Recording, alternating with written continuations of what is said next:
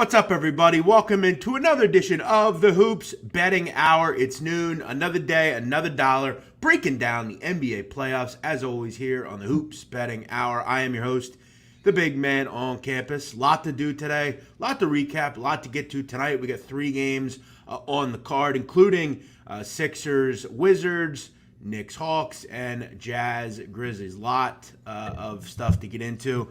As always, welcome in. Appreciate you all joining us. Make sure you hit the subscribe button if you enjoy the show. We are here every day, as I said. Blackjack Fletcher joins us. He's here usually Mondays and Wednesdays. Blackjack, how are you? Good to see you. How's your morning going? Fantastic, man. I'm rolling. I was 2-0 last time I was on the show. I'm going to go 2-0 again today. Yeah, you did. That's a great call. Last time Blackjack was on, we both went 2-0. I think we went 4-0. We went 4-0 in general on the show. Blackjack's been doing really well. I haven't tracked him on the show, but I know he's done a nice job. Blackjack, I've said this before, I'm going to say this again. Blackjack is one of the better handicappers you'll find, and I mean that. He knows what he's doing. He's very good at spotting value, and he's someone that can bet multiple sports. So shout out to him. Great work. Credit to me. Yes, exactly. Last night, I went 1-1 on the show. I got to be honest, I'm pretty irritated with the goddamn Clippers. I'm getting sick of this team. They stink. Yeah, I'm sick of them. I thought this was a great spot to really come back with them after a really pitiful game one. But, I don't know what it is, but they just can't stop Luka Doncic. I don't know. They just continue to get pawned by this guy. And look, I mean, they just don't have much. And Ski Prophet kind of pointed this out yesterday. They just don't have much outside of Leonard and Beverly. Batum hasn't given them anything. Serge Ibaka was non-existent. I mean, they just don't get much out of anyone else. And as we see in the NBA, Blackjack, you can't just have two guys that score 40 and 30. It's not enough to win games. No, it's not. I absolutely hate Paul George. I think he's a bum. He stinks. The Clippers have no continuity because they didn't play together during the regular season very much because they were constantly resting guys. I think this team is just flawed. I think they didn't care about the regular season, and thus now they're in a matchup with a team that is a terrible matchup for them. I mean, Dallas is just so damn big, and they can shoot. I mean, it's a bad matchup for the Clippers. I think they're done. I think this team's getting bounced. Yeah, it's really kind of pathetic at this point. They're just not really led correctly. They don't have the caliber outside of. I mean, look, when you have to depend on Paul George to be your second guy in the playoffs, it's not ideal. I also hated the trade for trading Lou Williams for Rondo. I know people go on to, Rondo's this, Rondo's that. Yeah. Lou Williams was instant offense off the bench. Right. Rondo can't shoot. Yeah, and look, I guess what I think happened is they got scared. They found out that they needed to make some moves defensively. They think, well, Lou Williams doesn't really defend. I guess we're willing to part with that. But again, as you said, you lose. They could really use Lou Williams. They have Lou Williams last night, they win, as opposed to lose. So, and look, I've said this before and I'll say this again. Where the hell is Patrick Beverley gone? I mean, this guy used to talk all day how he was the best defender in the league. This guy continues to get pawned by Luka Doncic. This guy, what has happened to him? I mean, he's been a complete non-existent factor in this season and in the series. Plays 23 minutes last night as 3 points. I don't disagree with you, but I also think that Kawhi Leonard should be guarding Luka. I don't. Yeah. Beverly's too small. I mean, he just can't keep. Luka Doncic is a bull in a china shop. I mean, he's a big kid. I think that Kawhi Leonard needs to be on him. Yeah, I mean, you just have nothing really outside of those two. Also, last night, I did have a winner, which it wasn't easy, but it came in. The Lakers get a win, which I think, look, if you watch the NBA, you probably thought it was going to happen. I know Ski Prophet mentioned he liked the Lakers yesterday. They had to get it done. They had to get and have a better offensive game. Look, last night just kind of shows you, I think, what the Lakers can be, what they are. Defensively, they're terrific. Just Suns didn't have enough. Chris Paul wasn't really a factor, and I think if you read through the lines last night, you could kind of figure he probably wasn't going to be much of a factor. And with that happening, with the fact that you couldn't really just have DeAndre Ayton on an island, it was enough for the Lakers to get the job done. Lakers now a big favorite to win the series. Blackjack, let me ask you, 280. good number on the Suns. If Paul It's a comes great back. number on the Suns. Because listen, let's be clear about something, right? Like Chris Paul has a shoulder contusion.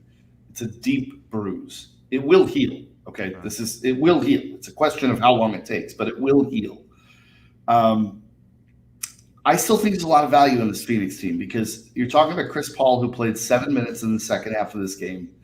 Phoenix was in this game. This was a very close game up until the last minute and a half when the Lakers extended. But I think the Suns absolutely can hang with them. Cam Payne played great last night. I mean, everything you'd want in filling in for Chris Paul. But I'll say it. I've said it once. I'll say it again. This Suns team will go as far as Chris Paul goes. If Paul can't play in game 3 or he's limited like he was here, the Lakers will win. They will take an advantage, and now you're playing catch up. They need Paul healthy. If he's healthy, they can win. If he's not, they won't. Yeah, they surely need him healthy. And look, shout out to Cameron Payne. It's a great call by you. Look, the truth of the matter is, two of the most undervalued players on teams are Cameron Payne and Ish Smith. Two guys for teams that obviously are in different wavelengths, but two guys that really just get the job done. They score. They do a nice job. Good for them. Good for this team. And look, you're right. The Suns are going to have Chris Paul. I think we all know that. But you're right. A healthy Paul is the difference. And you're not ideal, especially when you're getting a hot Laker group. Look, if the Lakers get what they got last night out of out of Schroeder, LeBron, and Anthony Davis, and then get something out of Drummond and kind of whether it's Caldwell Pope or Kuzma, whoever, they're going to be tough to beat with how good they are defensively. Yeah, and I think Phoenix kind of shot themselves in the foot a little bit last night too by not going at Anthony Davis more in that first quarter when he picks up 2 fouls with 8 minutes to go in the first quarter. They should have been driving at Anthony Davis every time down the floor to get him in foul trouble, and maybe then he wouldn't have gone for 34 or whatever it was. So I think that was a mistake by them last night because I think they could have tried to do that.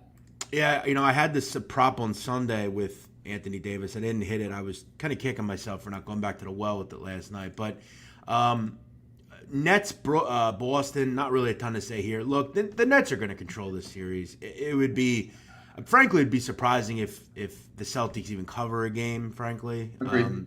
But the Nets are in control. They have a huge game offensively, kind of what you figure they're going to have. That third quarter was huge for them. They had 2 quarters where they scored 38 or more. Boston's going to get swept. It's that simple. Yeah, I don't disagree. I don't think there's any way for you to make a case for the Celtics winning a game here. Offensively, they don't have enough. Defensively, they're not good enough. I again, this is something, Jeff, that I feel like I've said before, and I will repeat it. I think there's too much individual talent on this team for them to be this bad, like for them to be playing this poorly. At some point, does the hammer fall on Brad Stevens? I mean, at some point, do you stop being the wonderkind and results have to be demanded? Because I think there's too many good players on this team for them to be this bad. Yeah. I'll be honest. I thought about that the other night. Last night. I saw the score. We recorded an episode of our show, and I saw the score, and I just thought to myself, I feel like they should at least be competitive. Like, why are they so inept? Like, they have Tatum. Marcus Smart's a great defender. You got Kemba Walker who can drop 25 in a game. Fournier is a really solid kind of 4 guy, kind of be that 3rd or 4th guy for you. You've got some young talent with like whether it's Naismith or Langford or Robert Williams or Ojale. Like, they have. I know they're missing Jaylen Brown, but missing Jaylen Brown, you shouldn't. I mean, that shouldn't dictate whether you lose by 20 or not. I think he's surely on the hot seat. I don't know why. I thought it was wild that he didn't take and give any thought to the Indiana job. I heard they offered him a ton of money. I think he's better suited in college, in my opinion. And he had a year or two in the NBA where he was that wonder kid, as you said. But yeah, it's definitely, I think, squarely falling on him. And I think Danny Ainge is starting to realize that a little bit. So yeah, we'll see what the future holds. It's not going to be this year. Does him being relevant and them being relevant, the last couple of years, give him a shot? Probably, but you got to start winning, and they haven't. So that's it. And We'll see how that goes going forward. But I agree. They should be better. They should be hanging in games as opposed to losing by double digits every game. Thanks to everyone for watching. We got some good people in the chat. Gerald and Destry, Bruce. Hey, Bruchad. What's up, Bruchad? I haven't seen you in a while. Bruchad, the King of Ontario. Harry Doherty. Akbar Solayov. I need money. Thanks for watching. By the way, Jimmy Stain, listen, man. I've told you before. I'm going to tell you again. We spread positivity in these chats, man. I don't need your nonsense in here. If you don't like the show, go watch something else. You've come in here with constant negativity. We don't remember. You didn't give out 4 plays yesterday. As I told you before, email me. If you're willing to come on camera and on tape, we will get you on the show. But stop with the nonsense. Stop with the negativity. We don't need name calling in here. Get lost. Zion Parake, what's up? Ian Shanneman, what's happening? Thanks for watching. All right, let's get into it, Blackjack. We have 3 games tonight. Fun card. We'll start out with South Philadelphia, and the Philadelphia 76ers hosting Washington. Sixers laying 8.5. Total here is 230. Let's go back to game 1. Obviously, Sixers, as we remember, kept the Wizards at arm's length. Didn't get the cover, though, as we remember. They were laying 7.5, only win by 7. And I thought, look, if you had the Sixers, I thought it was a bit of a bad beat. I mean, I know the Wizards kind of played well, in the first half, but I think ultimately the Sixers were in control. They got into the 120s. I think defensively they have to be much better. You just can't allow Alex Lynn to score 12 and Burton's to score 14 and Ish Smith to, you just can't allow that kind of stuff. And I thought when the Sixers really battened down the hatches, I thought they were very good, particularly in the second half, particularly in the fourth quarter. Sixers need to obviously have Joel Embiid on the court for more than 30 minutes. He was hampered by fouls. They need to stop playing Furk and Korkmaz and go to Maxey. I think he's a little bit more effective. Shake Milton, those guys. But still, they won and had control of the game. They didn't shoot the ball well from 3. They were only 10 for 32. They missed 10 free throws, which is not real normal for this group. So I think for me, I think this game goes a lot like Brooklyn's game went last night. I do not think that the Sixers have as much trouble here. Doc Rivers, this group defensively really figure it out. I think we go with and lay it with the Sixers, and I'm going to lay it with the Sixers. I'm going to lay the 8.5. I just think this is a double-digit victory. I couldn't agree more. To me, this is Milwaukee-Miami, game 1, game 2. Everything went right for Washington in game 1. Embiid was in foul trouble. The Sixers didn't shoot well from 3. Simmons had 6 points. They missed free throws, and yet the Wizards still never really threatened to win that game. I think that now the Sixers come back, and now the Sixers are going to play a better game is what I would expect in game 2, and this game probably is a blowout. I'm right there with you. I'm going to lay the 8.5 with Philadelphia here pretty easily. Yeah, I'm very high on this spot. I love defensively how good the Sixers are. I think they really just Blackjack, go back to game 1. I thought they did a pretty nice job. I know Beal went off, but Russell Westbrook seemed to be out of the game. I mean, I'll tell you what with him. One thing about Russell Westbrook, I think he deep down, some of the crowd gets to him, man. Especially with the Sixers and some of these teams, I don't know deep down if he's one of these I feed off the crowd, and he's not like Trae Young. I thought handled it well. Like he just went at it. I think it does get to Russell just a little bit. I thought he was all over the place just a bit, but I thought they did a pretty good job on Russell Westbrook and kind of the brass of the Wizards. So yeah, I agree with you wholeheartedly here. I think this is like a Sixers 126, 110. Maybe go back to the over again too, right? I mean, it was moved up. You moved could. Up a little I bit. just think there's better value on the Sixers here. Yeah, agreed. Knuckle Sandwich, very nice point here. How about that? This is point blank the best hour on YouTube. Wish Blackjack was on every day. Thanks, man. Appreciate that. That's very kind of you. Interesting name, Knuckle Sandwich. I always wanted to give those to a few folks. Jeremiah Murray, Can we trust the Sixers to cover? They had a lot of games late in the year where they let subpar teams hang around. Yeah, again, I mean the last couple of games of the year don't really matter too much. I think you obviously want to point to what the Sixers did all season against the number. And when you look at against the spread, the Sixers were actually, ultimately pretty good. I mean, they were 38 and 32 on the year against the number. I think I'm okay with that. This is a blowout. I think pretty simple. Next one, your Blackjack New York Knicks hosting the Atlanta Hawks. Atlanta, a 2-point dog here. So this is interesting. We saw this happen the other night, just a little bit different.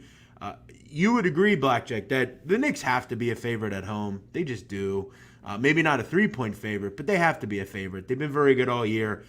We can make the case with fans back. They made a difference the other night. I know they didn't win, Absolutely. but I mean that was a great atmosphere. Probably the best we've seen in a year. I don't think it's even a question. And I want to shout out the Knicks. Look, James Dolan's but I thought they did the right. I mean, I noticed CNN. I know people don't like CNN, but I thought they did a pretty good report on. They had a reporter at the Garden, and she was talking about how the Knicks literally, Blackjack, every person that went into the arena had a vaccination card or a negative test, which I know that's not rocket science to figure out, but they did it. And you ask yourself, again, if you do that and everybody's good to go, A, why isn't a full house? And B, why are we wearing masks? Why is that still happening? I don't really understand it. If you test if everyone either tests negative or is vaccinated, I don't really understand why we need masks. I don't. But yes, it was an unbelievable environment. Yeah, it was really terrific. And I'm going to tell you tonight, I think the Knicks fans get some happiness. I think they win this game. I was a little skeptical, but I think we have to realize. I do think the Hawks win this series. I do think the Knicks will hang around. I don't think they're going to get swept or anything. And I think the Knicks have some things they can take away and be happy about. First of which, I thought they were pretty good defensively. Here's the thing about Thibodeau. Thibodeau's, thing is defense, right? Yeah. He's a defensive guy. You have to try to make Trae Young shoot the three ball. You can't continue to allow him to just punish you by getting to the hoop. And that last play was case in point. What can't happen?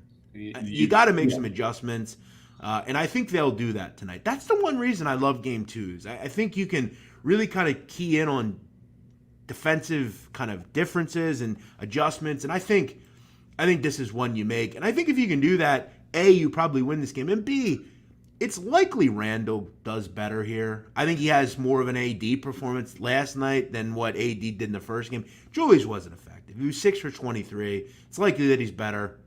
I think they get a little bit more out of some of the veteran guys on this team. But, hey, you take the young guys as well, Quickly and Burks and Obi Toppin.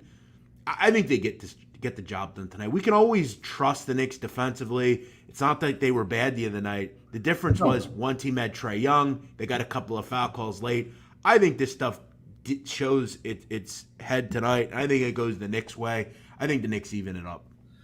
I'm with you again. I'm taking the Knicks -2 here for a couple of reasons. First, I think that the Knicks did play well defensively, but I think that they are likely to play better offensively in this game. You mentioned Julius Randle. He will probably play better. RJ Barrett will probably play better in this game. He kind of did a disappearing act in Game 1. I don't expect that again in Game 2. Alec Burks is probably not going to give you what he gave you, but I think you make up for that with Randle and Barrett. And they don't need much. I mean, you got to remember, this was a 2-point game. Defensively, I think you are 1,000% right that the only thing that you do is you keep Trae Young outside that 3-point line. Because, first of all, nobody can guard him inside when he's driving. That last play of the game with Frank Ntilikina, he had Ntilikina on skates. There was, he could have done whatever he wanted. And he did, and they won the game as a result. So I think you're right. You need to force him to take those threes, make him uncomfortable, and that's what the Knicks will try to do. I think this is a long series. I think it's a close series. I'm going to take the Knicks tonight -2. When you look at the box score on Sunday night, one thing that sticks out to me, something we mentioned earlier. You know who had 13 points for the Hawks? Lou Willville. And you know how many minutes he played? 13. Yeah. He had 13 points in 13 minutes. You have to ask yourself, if you're Steve Ballmer, do I have the worst GM in the history of GMs? Why can't Lou? Why do you get rid of Lou? It makes no sense. I didn't understand. He's a difference in a game, every game. I mean, it's just unfathomable to me. But look, if you can cut Trae Young down just a little bit, he can't get to the free throw line as much as he did. In turn, if you're the Knicks, you've got to get to the free throw line a little bit more, and you have to obviously make those shots. Look, Bullock was 0 for 5, Randall was 2 for 6, Barrett was 1 for 6, as you kind of alluded to. They have to be better tonight. If you can just help and hedge on Trae Young just a little bit, I think that's the difference. You get the job done here. I think to even it up, I'm going to agree with you. Final game on the card, Jazz and Grizzlies. Blackjack, I had the Grizzlies Sunday night. I was very happy with the outcome. They won the game outright. And I was kind of, let's just say, hoodwinked a bit. I thought Mitchell would play. He didn't. I didn't think Conley would play, and he did. Tonight, though, you're going to likely get Mitchell back. And I'm not sure there's a team in the NBA that needs a player back more than Donovan Mitchell. However, you're starting to hear just some concerning things coming out of Utah, that the relationship is damaged. I don't know what that's about. What's going on in Utah? Are there things that are kind of going on late? It seems like it was a sit, Donovan Mitchell. It was a precautionary kind of thing, if you will. But what that leads me to believe is, I'm going to hope that Quinn Snyder, the great coach that he is, figured this whole thing out. Hey, look, we just wanted to precautionary you. Come the hell out tonight and dominate. I think he's going to do that. I think Donovan Mitchell is going to be a man on a mission tonight with his guy Mike Conley back. When he's back, this is a very good basketball team, as we know. I think the success tonight runs out for the Grizzlies.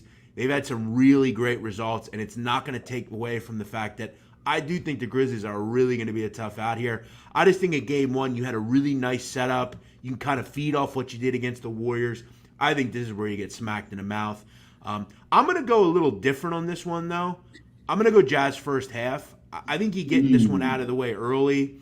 I like the Jazz at home. I think they feed off that crowd, kind of like Denver did the other night. Come out hot, kind of put some distance between you. Maybe the Grizzlies either come back in the second half or they just get blown out and both cover first half and full game. But I get the Jazz in the first half here at, I think, a pretty good price at 5.5. I think they're up, I don't know, 54-45 or something. I think they put a nice first quarter and first half together here. Mitchell obviously is huge. I'm going to lean on an early kind of start here for the Jazz. I think you're right. I just, I bet this Jazz team a ton this year. I got to see it. I need to see them back on the court together. I need to see them working together. I need to see the Jazz team that I was watching in, February and March. I need to see them before I do this. I'm not laying this many points, even in a first half bet. I'm just not interested. I want to see how this team performs together because I'm just tired of the drama out there. I mean, I'm tired of hearing the injuries lasted longer than they should have. The rehabs didn't go as well as they should have. Then, like you said, we're expecting Mitchell to get Conley. Now Mitchell's pissed at the team for sitting him. It's like, just stop. Just get back to playing the way you were playing and blow this team out, and then we can talk about game 3. Until then, this is a pass for me. Yeah, I want to make this pretty clear. This isn't a best bet. We'll get to those in a bit. This isn't a best bet for me. I do like this spot. I hear you, though. It's been a while for Mitchell. But again, I just look at kind of some of the things that are going on off the court. I think, obviously, people write stories, so people read them. I don't know if his relationship with Utah is damaged.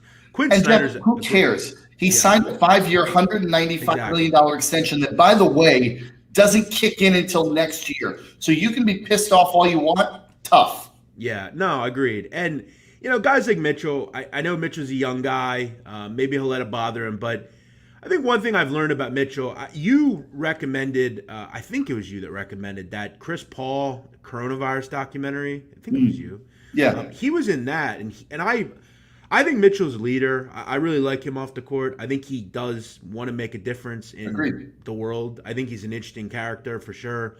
I like Donovan, and I know we had the things in Philadelphia with the Rookie of the Year stuff, but I think he's a great player. I think he's a smart kid, and I think he's a leader. So I think he kind of pulls this team together. Again, I thought they were really good, at least in the first quarter the other night against the Jazz, but I think they regained some of that final, the kind of regular season magic that they had. We know they're going to shoot a ton of threes. We know they're not going to allow many threes. But I think the threes go in tonight. I'm hoping for kind of that Bucks performance here in Game 2, right? So we'll see. But all right, a couple of questions. What about in-play betting? Says Luck Now. That's a good name, Luck Now, by the way. If you're a gambler, I need luck now. What about in-play betting? Yeah, look, I do it occasionally. I think it's a good way if you're like Blackjack's not necessarily feeling this game pregame. Maybe you watch it for a minute or two. Grab the energy in the building and find your right spot. Listen, in-play betting is all about paying attention, okay? You don't just jump in and say, oh, this is, you got to watch the game. Look, people ask me all the time, how do you know so much about teams and players? Because I watch the games. I mean, I sit there at night and watch a game every night that I didn't want to watch or didn't think I was going to watch. I don't just look at box scores. It's important to go back. If you can't watch a full game, go on YouTube, find the extended highlights, the condensed highlights, and watch the games. It's pretty simple. But yes, that's a good way to get involved if you can't necessarily or have something before. Hustle Man says, Blackjack, what is your favorite hockey play tonight? You're right, on the Islanders on Monday. Nice work. What do you I'm like? going to take the Islanders again tonight. I think they close it out. Tristan Jarry giving that goal away and losing Game 5 single-handedly, putting the puck on Josh Bailey's stick. That kid was shaky to begin with. I don't think he's going to be great moving forward after that. So I think the Islanders are a good play tonight. I also think Vegas closes Minnesota out tonight. They're watching Colorado sit there and get rest. I think Vegas knows they need to stop toying with Minnesota and close this out. So I'm on the Golden Knights and the Islanders.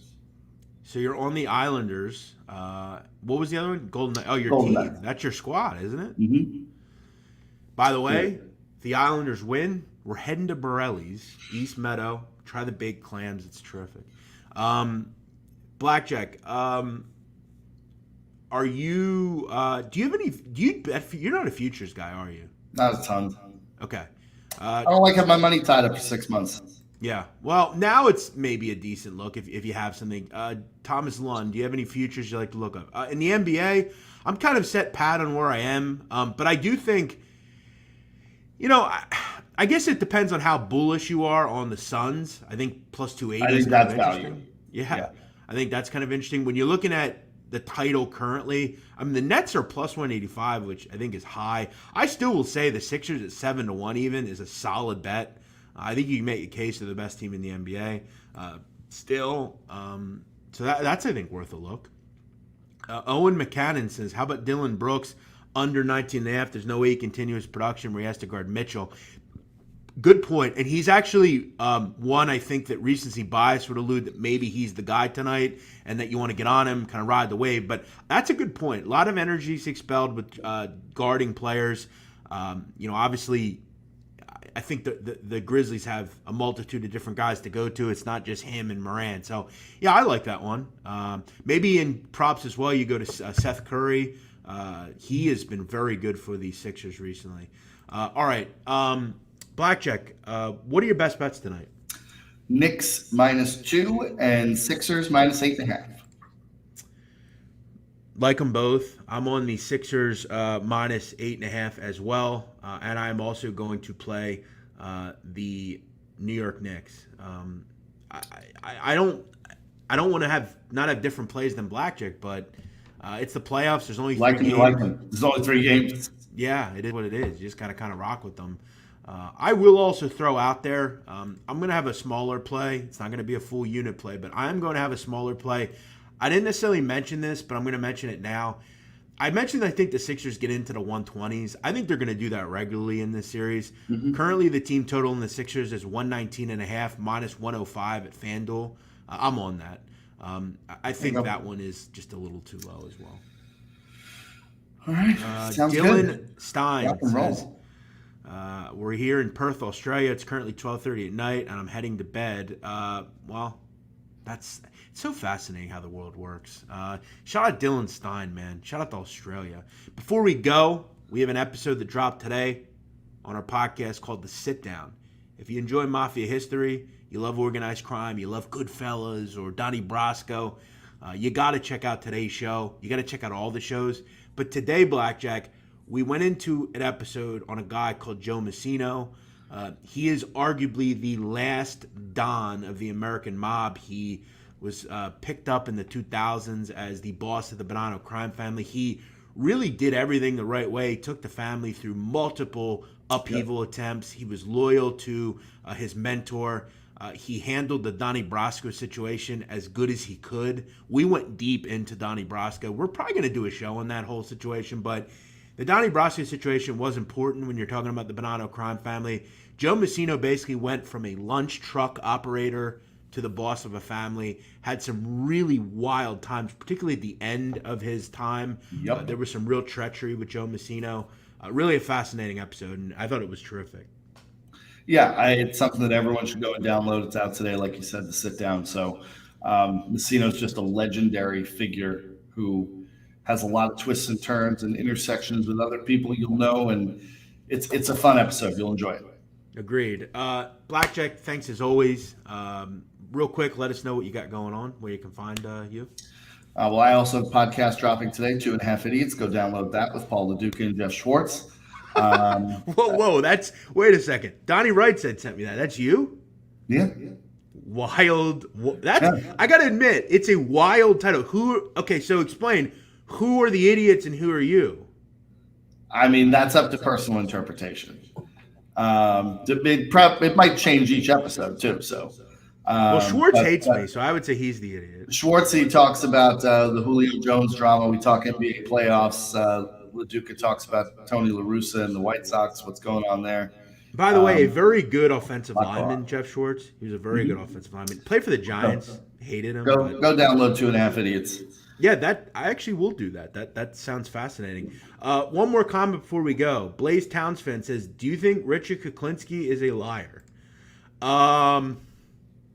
Well, let's just say yes, I do. I don't believe a word Richard Kuklinski says, for the most part. Is he a serial killer? Yes. Do I believe he killed random people on the side of the road in Georgia? Yeah, I do. Do I think he, was a hitman and killed Albert Anastasia and all these different people? No, I don't. He was not a hitman for the mob. He knew Roy DeMeo a little bit. They moved around in certain businesses, but no, Richard Kuklinski was not in the mob. He was not a mob hitman.